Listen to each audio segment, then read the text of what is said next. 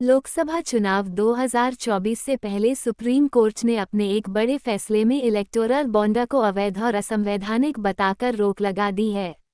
भारत के मुख्य न्यायाधीश डीवाई चंद्रचूड़ की अध्यक्षता वाली 5 जजों की बेंच ने पिछले साल 2 नवंबर को इस मामले में अपना फैसला सुरक्षित रख लिया था।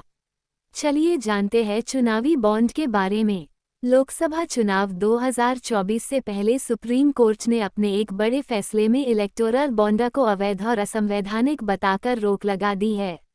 इलेक्टोरल बॉन्ड को लेकर पिछले साल 31 अक्टूबर से सुनवाई चल रही थी, जिस पर अब फैसला आ गया है।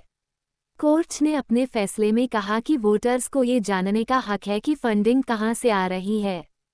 फैसला सुनाते हुए सीजेआई डीवाई चंद्रचूड़ ने कहा कि इलेक्टोरल बॉन्ड सूचना के अधिकार का उल्लंघन है। चलिए जानते हैं इलेक्टोरल बॉन्ड या चुनावी बॉन्ड क्या होते हैं और इसकी शुरुआत कब हुई थी। कोर्ट ने आगे कहा कि यह अनुच्छेद 19(1)(a) का उल्लंघन करता है, जिस कारण कोर्ट ने इसे असंवैधानिक करार दिया है।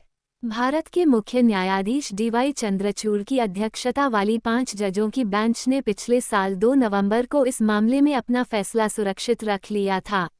आइए जानते हैं क्या होता है इलेक्टोरल बॉन्ड। चुनावी बॉन्ड एक प्रकार का मनी इंस्ट्रूमेंट होता है जो एक वाहक बॉन्ड के रूप में कार्य करता है, जिन्हें भारत में व्यक्तियों या कंपनियों द्वारा खरीदा जाता है। इसके नाम के अनुरूप ये बॉन्ड विशेष रूप से राजनीतिक दलों को धन के योगदान के लिए जारी किए जाते हैं।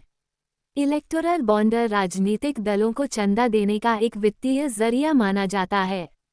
इस बॉन्ड की सबसे बड़ी खासियत ये थी कि बैंक से इसे खरीदने वाले का नाम बॉन्ड पर नहीं होता है। इससे आप ये कह सकते हैं कि कोई भी व्यक्ति गुमनाम तरीके से अपनी पसंद की पार्टी को फंडिंग कर सकता था। इन बॉन्ड को कोई भी खरीद सकता है। कब शुरू हुआ था इलेक्टोरल बॉन्ड? इलेक्टोरल बॉन्ड की शुरुआत भारत में साल 2017 में की गई थी, जिसे जनवरी 2018 में कानूनी रूप से लागू कर दिया गया था। इसके तहत भारतीय स्टेट बैंक राजनीतिक दलों को पैसे देने के लिए बॉन्ड जारी करने का अधिकार मिला था। किन पार्टियों को मिलता था इसका लाभ? इसके तहत भारतीय स्टेट बैंक से कोई भी 1000 रुपये, 10,000 रुपये, 1 लाख रुपये, 10 लाख और 1 करोड़ रुपये में से किसी भी मूल्य के बॉन्ड खरीद सकता था। चुनावी बॉन्ड के माध्यम से केवल उन्हीं पार्टियों को फंडिंग की जा सकती थी जिन्हें लोकसभा या विधानसभा के लिए पिछले आम चुनाव में डाले गए वोटों का कम से कम 1% वोट मिला होता था। वीडियो को लाइक, शेयर और सब्सक्राइब कर